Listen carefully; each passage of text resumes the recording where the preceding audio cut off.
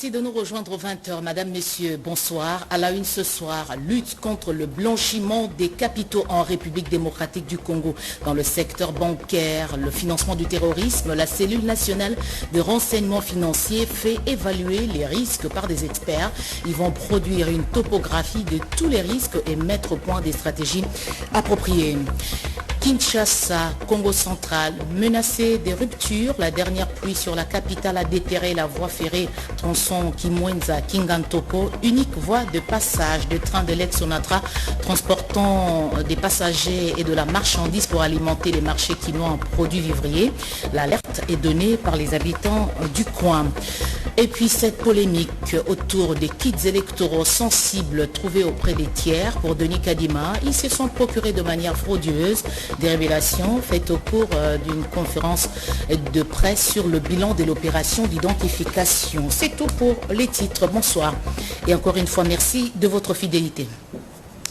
Ma patience a des limites. Propos tenus par le président de la République au sujet de l'agression rwandaise derrière le M23. Félix-Antoine Tshisekedi a donné sa position au cours d'un face-à-face avec la diaspora congolaise à Genève. Le chef de l'État a aussi eu des apartés avec des officiels des Nations Unies sur place. Patrick Michel Moukoui, envoyé spécial.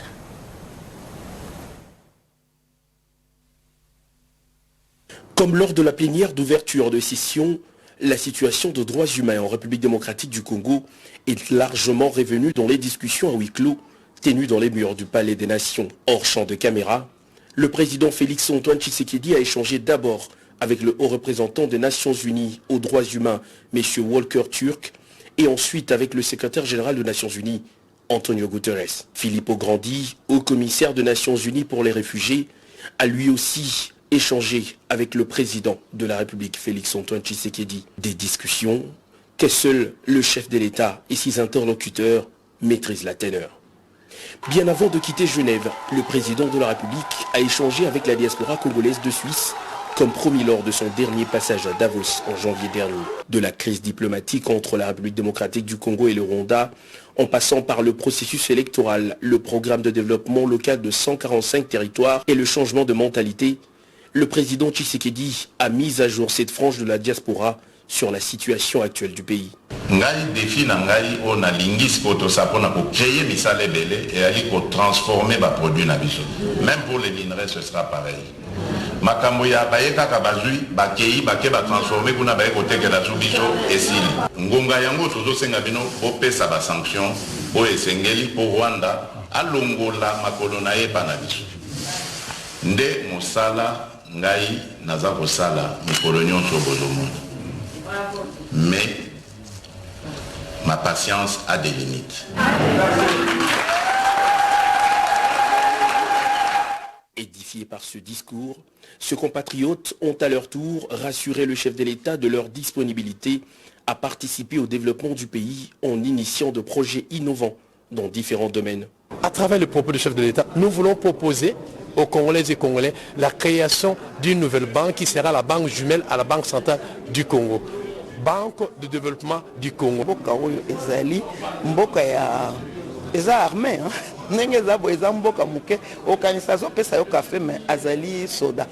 alors il faut tout renforcer et bango bakoya ko aider biso na formation ba Suisse baza d'accord basi bazu ba retraite. En Suisse, nous avons des grandes écoles comme l'école politique fédérale de Lausanne qui a assez de technologies avancées dans le cadre des transformations et pour le cas d'espèces avec nos matières qui va permettre la création ou du moins la production de batteries locales. On nous a parlé de la question de la sécurité du Congo qui est très importante et c'est tout ce que la diaspora ici attendait. Nous l'accompagnons, nous prions pour lui, nous luttons pour que vraiment nous puissions gagner cette bataille. Kambuya lobby ya est ya Kagame toza simanaye. Tokobanda ba manifestation, tokobanda ba conférence et tout ça parce que il faut pas zalaga yemoko. La tenue de ces rencontres permet aux Congolais de la diaspora de raviver la flamme patriotique à l'heure où le pays a plus que besoin de ses fils unis, regardant dans la même direction. Le 24 février 2023, le président de la République a signé une ordonnance portant nomination d'un ambassadeur extraordinaire et plénipotentiaire de la République démocratique du Congo auprès de la République de Namibie. Le président de la République, vu la nécessité sur proposition du gouvernement, ordonne, article 1er, être nommé ambassadeur extraordinaire et plénipotentiaire de la République démocratique du Congo auprès de la République de Namibie, Monsieur Moulum Ajiroa Nowambo Katoto Christian.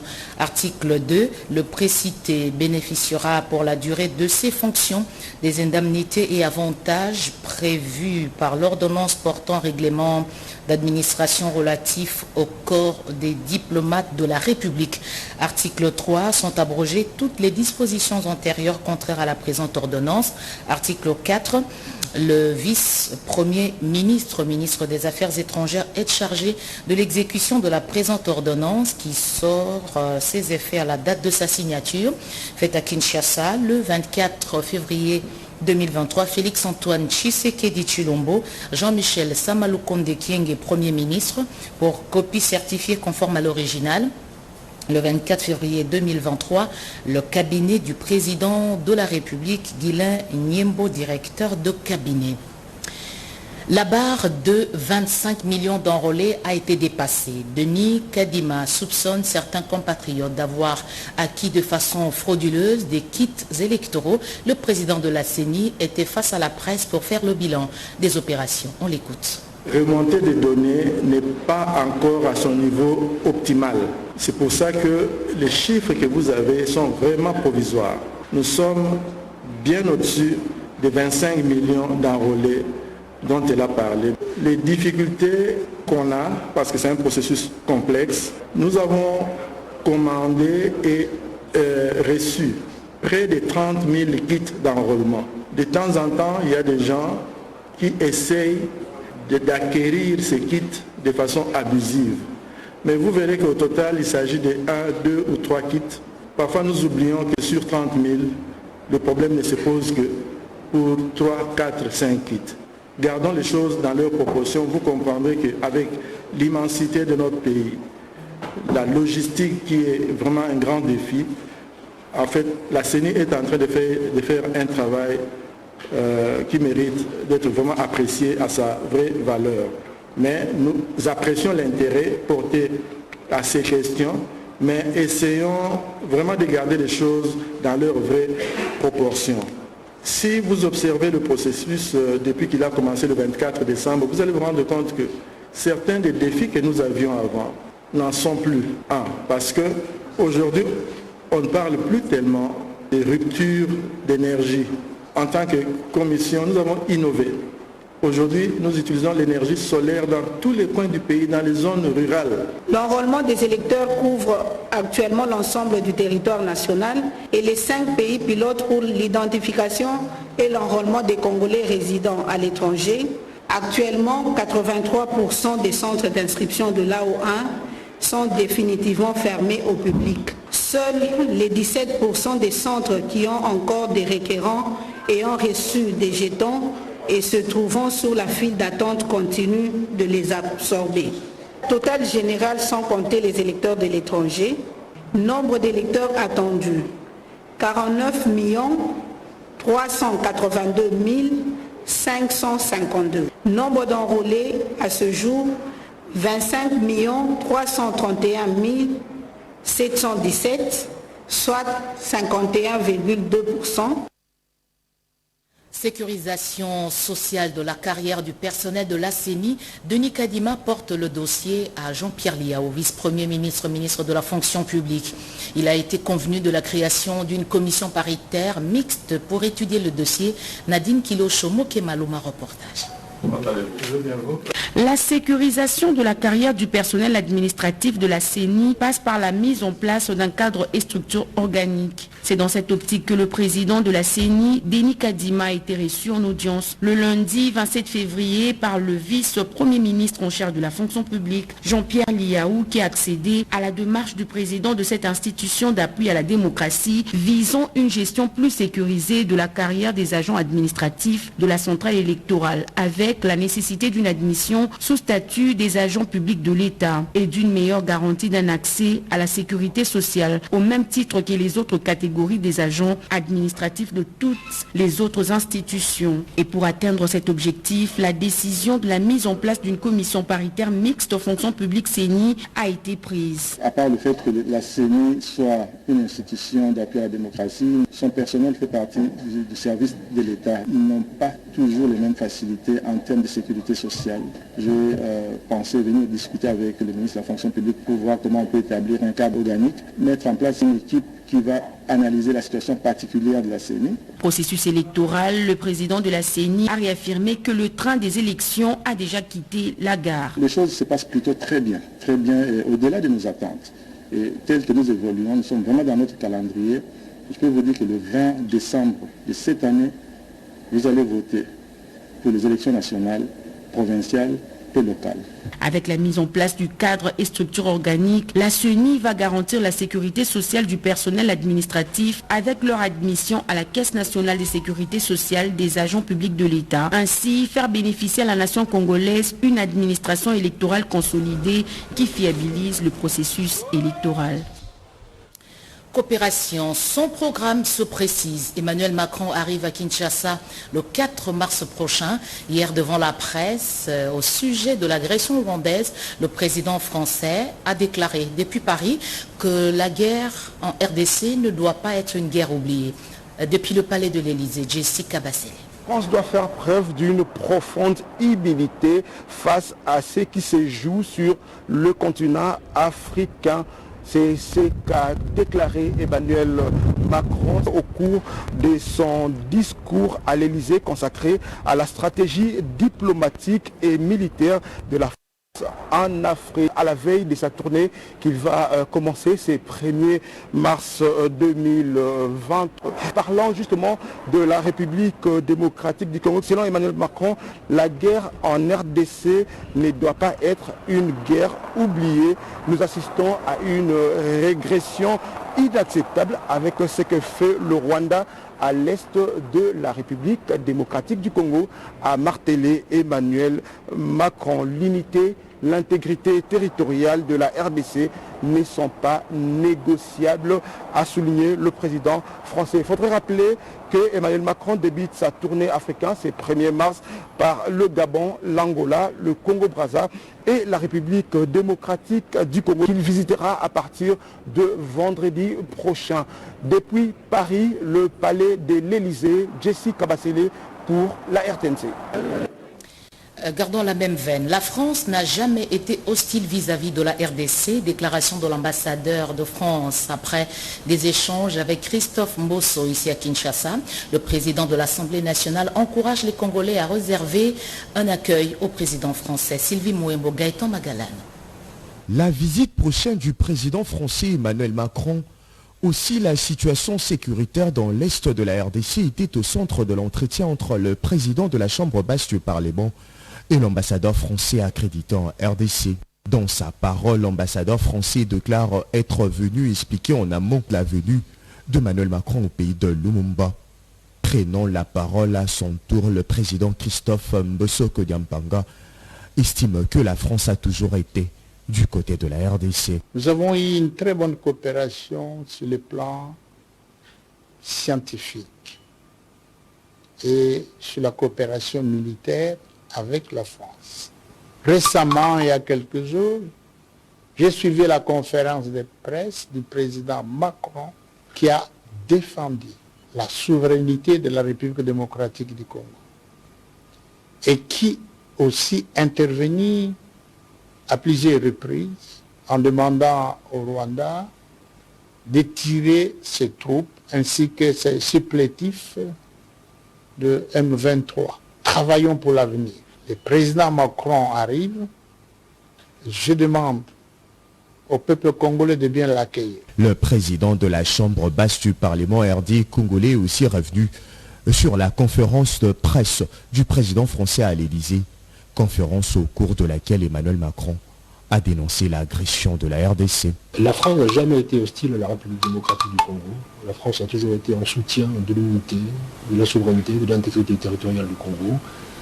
Nous avons toujours travaillé dans ce sens au Conseil de sécurité des Nations Unies.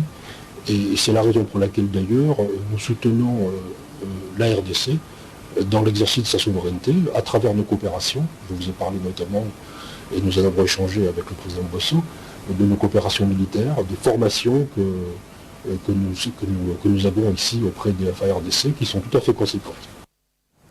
Autre chose, la sécurité, l'éducation, l'Église du Christ au Congo a partagé ses réflexions sur ces aspects avec le chef du gouvernement. Jean-Michel Samalukonde Kyenge a reçu en audience Monseigneur Gabriel Ounda à la tête du comité exécutif national de l'ECC. Pati Tondouango, Julien Piada. Avec à sa tête Monseigneur Gabriel Ounda, la délégation du comité exécutif national de l'Église du Christ au Congo a fait le point au Premier ministre et chef du gouvernement ce mardi 28 février 2023 de l'Assemblée qu'il a eu dernièrement. À l'occasion, cette délégation des hommes de Dieu a fait le tour d'horizon avec Jean-Michel Samalukonde Kyenge des questions liées au développement, à l'éducation et à la situation sécuritaire sur toute l'étendue du territoire national. On a exposé les problèmes, par exemple, de la sécurité du pays tout entier, plus particulièrement partie Est, qui est en train d'être torturée par les ennemis de la République. Nous avons aussi exprimé tout ce qui a été dit, par exemple, sur l'éducation et sur le développement de notre pays. Et le Premier ministre a été attentif. Nous sommes très heureux parce que presque tous les points que nous avons énumérés, il les a pris avec beaucoup d'attention. Il nous a même rappelé ici, vous savez que le pays, le Congo est un grand pays au cœur de l'Afrique. Et nous savons que si vraiment il y a la paix, nous serons très très loin et le pays va aller de l'avant. Ce comité national de l'Église du Christ au Congo est sorti de la primature satisfait de l'oreille attentive lui tendue par les chefs du gouvernement et reste convaincu qu'avec la paix, la République démocratique du Congo va se développer. Infrastructure, la réhabilitation de la route Chikapa-Mukamba Kamango, nous sommes là au Kasaï central. Une étude de faisabilité est disponible. Cette étude a été présentée au ministre Guissaro des Infrastructures.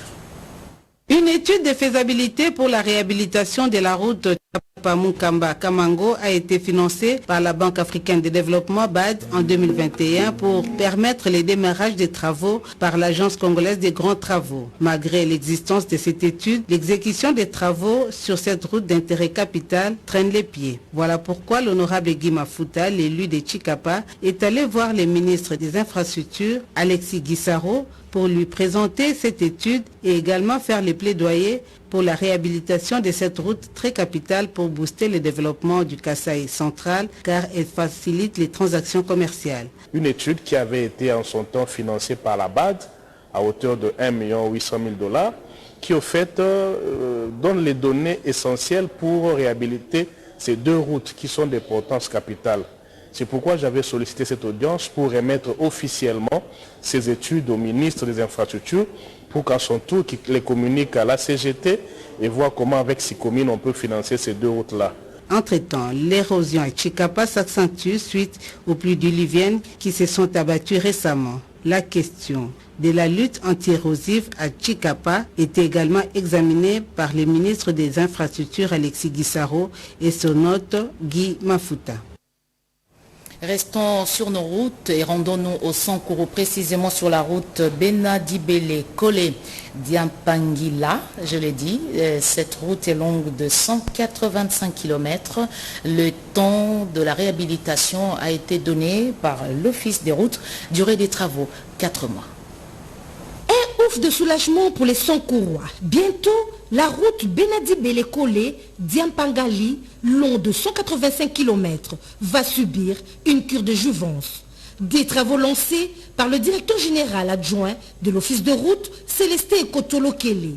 Sur place, le numéro 2 de l'office de route s'est rendu sur l'axe Lodja-Tchumbe, long de 150 km, et sur le tronçon Lodja-Benadibele, long de 150 km, où s'effectuent les travaux du système Oumo, haute intensité de main-d'œuvre. Célestin Kotolo-Kele a aussi fait la ronde du centre pénitentiaire qui se trouve en voie de disparition pour cause d'une grande érosion qui met en danger la vie de la population de ce coin du pays. Je suis en visite d'inspection et de lancement de travaux. Il y a quelques mois, le Fonds national d'entretien routier, dans son programme FER 2022, a mis à disposition de la province des moyens pour faire des routes, notamment Lodja Dibele, Lodja Tchumbe, Dibele Kole. Dans un premier temps, le gouverneur avait déjà lancé des travaux que je salue et je félicite. Parce que, effectivement, je suis au niveau national, mais je suis fils d'Issanko. Retenons que ces travaux vont durer 4 mois et sont financés par le Fonds d'entretien routier FONER. Kananga va avoir une morgue de plus grande capacité pour son hôpital de référence et une salle d'embaumement. Maître d'ouvrage des 10 travaux, le BESECO, pour remplacer l'actuelle morgue de 9 casiers seulement. Jacques Kabouaba.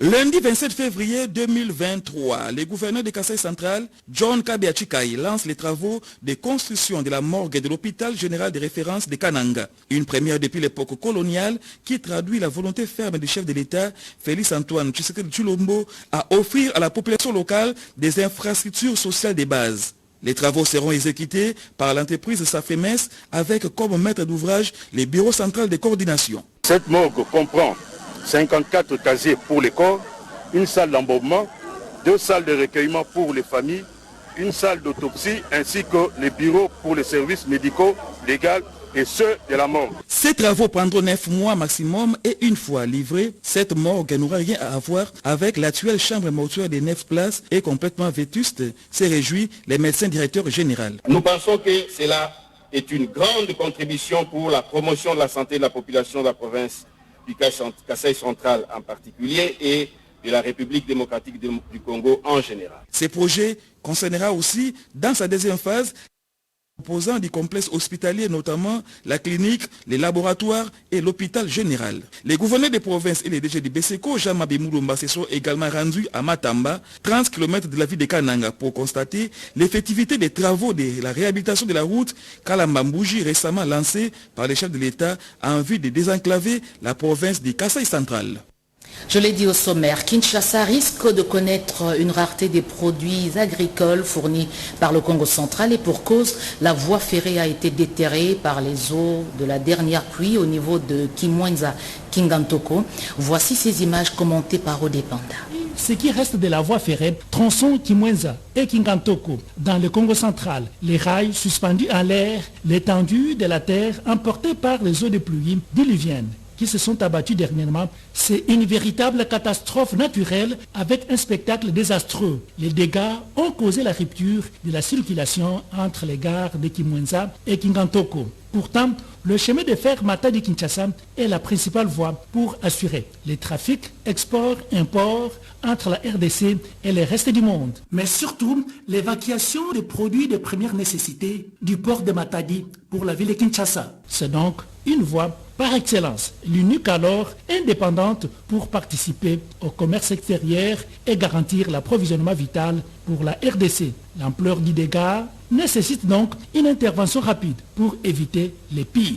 L'équipe directeur général de la SCTP, SA, ex-Sonatra, Martin Lukusa Panoum, va jusqu'à se priver les sommeils à la recherche de voies et moyens afin de décanter cette situation. Dans l'entretemps, les efforts déployés par la direction générale de la SCTP SA pour remettre de l'ordre en vue d'une bonne exploitation ferroviaire risquent d'être anéantis si le gouvernement central ne s'implique pas et décide urgemment L'intervention est allouée des moyens conséquents pour le rétablissement de la circulation ferroviaire et cela sans délai, à l'instar de ce qui s'est fait sur la route nationale numéro 1. Les chemins de fer menacés de disparition, les Congolais se souviendra toujours de la déclaration de Stanley, conscient de l'évidence des transports à RDC, que la route numéro 1 n'est constituée qu'une voie de secours et que sans les chemins de fer, Matadi-Kinshasa, le Congo ne vaut pas un penny. Notez, chaque jour qui passe, accompagné de fortes pluies,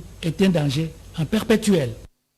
De l'aide humanitaire pour 18 000 personnes déplacées qui ont trouvé refuge dans un camp à Mouchaga au Nord Kivu.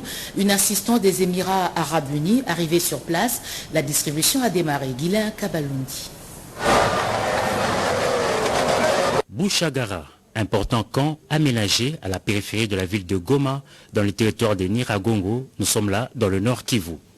3 000 ménages occupent ces sites, soit une population de 15 000 à 18 000 personnes. Ces déplacés des guerres et enfui les affrontements entre les forces armées de la République démocratique du Congo et les terroristes du M23 dans les territoires de Rutshuru et de Masisi reçoivent depuis samedi une assistance composée des vivres et des non-vivres de la part du gouvernement des Émirats Arabes Unis. Cette assistance vise à soulager ces populations et s'inscrit dans le cadre de la coopération entre la République démocratique du Congo et les Émirats Arabes Unis, récemment renforcée par le président de la République Félix Antoine Tshisekedi Tshilombo lors de sa visite dans ce pays. Les opérations de distribution de cette aide humanitaire ont débuté le samedi 25 février 2023 sur ces sites de Bouchagara.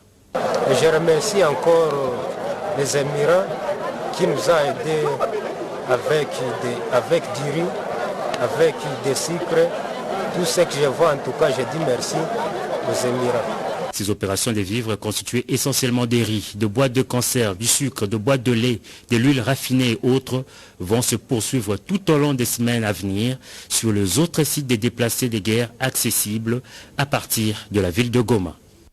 Le climat des affaires en RDC. L'ANAPI a convaincu une délégation japonaise venue obtenir des informations sur les opportunités qu'offre le Congo. Ces hommes d'affaires ont été édifiés par les responsables de cette agence. Emmanuela Commissaire. Faciliter la promotion des entreprises japonaises dans l'économie de la République démocratique du Congo, c'est la mission poursuivie par l'agence japonaise du commerce extérieur JETRO.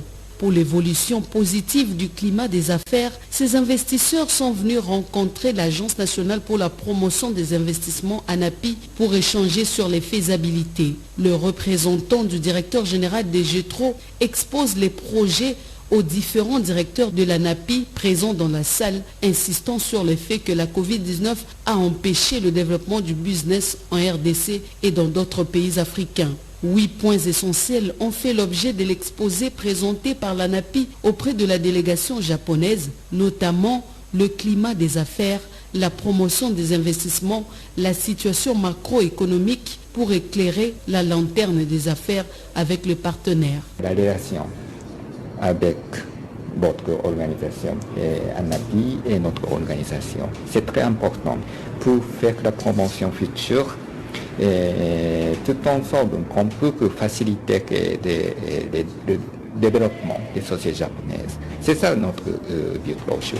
L'ANAPI accompagne les investisseurs avant, pendant et après leur passage en RDC. En 2016, l'ANAPI et la JETRO ont participé à une grande réunion à Nairobi sur la promotion de la transformation et de l'industrialisation, la promotion de la stabilité sociale et la promotion de systèmes de santé. Lutte contre le blanchiment des capitaux et le financement du terrorisme en RDC, la CNRF commande une étude des experts. Détail Guy Matondi. Plusieurs groupes de travail ont été constitués pour parvenir aux résultats de l'évaluation nationale de risque, du secteur bancaire à celui des assurances et des finances et des ressources naturelles, en passant par l'environnement, le financement du terrorisme et la vulnérabilité. Chaque groupe était convié à produire les réflexions de leurs travaux. Le secrétaire exécutif Adler Kishula exhorte les participants à un travail assidu. Notre pays est en plein processus du groupe des armées et de la coopération internationale ICRG en cible. La finalisation de l'ENR est parmi les articulations majeures du plan d'action de Gafi. J'invite donc les uns et les autres à travailler efficacement pour la finalisation du rapport de l'ENR, ainsi que la préparation de plans d'action y afférentes pour permettre à la RDC de définir une stratégie globale de lutte contre le blanchiment des capitaux et le financement du terrorisme fondé sur le risque. Les participants ont souligné l'importance de cet atelier. L'évaluation nationale de risque, elle vous permet d'avoir une topographie de tous les risques qui existent dans votre pays pour tous les secteurs. Comme nous connaissons les risques, nous pouvons faire un plan d'action pour voir de quelle manière remédier à ce risque. La CNRF interagit avec d'autres structures tant nationales qu'internationales et le travail est très efficace. Sans la CNRF, on n'aurait par exemple pas eu cette loi tant attendue, tant au niveau national qu'international. Cet atelier rendu possible grâce à la Banque mondiale poursuivra jusqu'en fin de semaine avec les présentations de groupes de travail sur les projets des plans d'action. Et pour terminer, les bus Trans-Academia seront sur nos routes dès ce lundi 6 mars 2023. 20 lignes et 420 arrêts de bus sont prévus. Des annonces faites par le staff dirigeant de cet établissement. Détail, Ricky Nzuziloya Mayawela.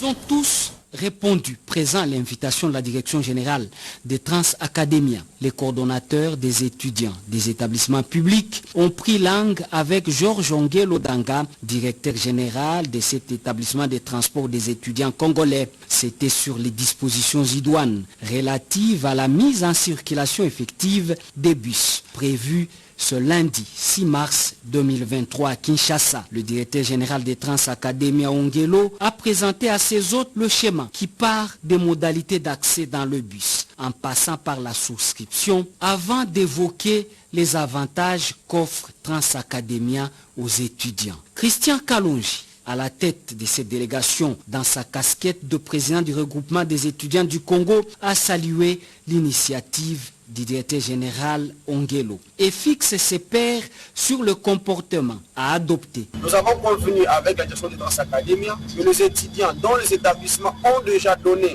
les statistiques viables seront les bénéficiaires dès le lancement du lundi s'ils se faisaient déjà enregistrer. C'est pour éviter que les fraudeurs en costume aussi se fassent passer pour des étudiants.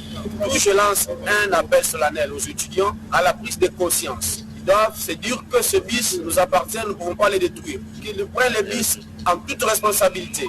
Entrer par la porte d'entrée, sortir par la porte de sortie et non escalader par les fenêtres. L'occasion était encore propice pour les coordonnateurs des étudiants et leurs adjoints de réitérer leurs remerciements au gouvernement de la République et au chef de l'État Félix Antoine Tshisekedi Tshilombo qui a lui-même donné le go de la mise en circulation des bus Trans-Academia à l'IEC Gombe.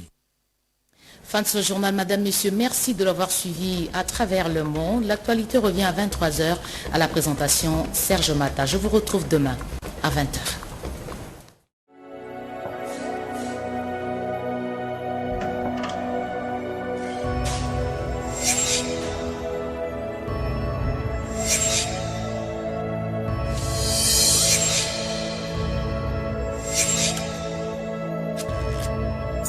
Abonnez-vous sur Pifo Télévision, vous informer sur notre devoir.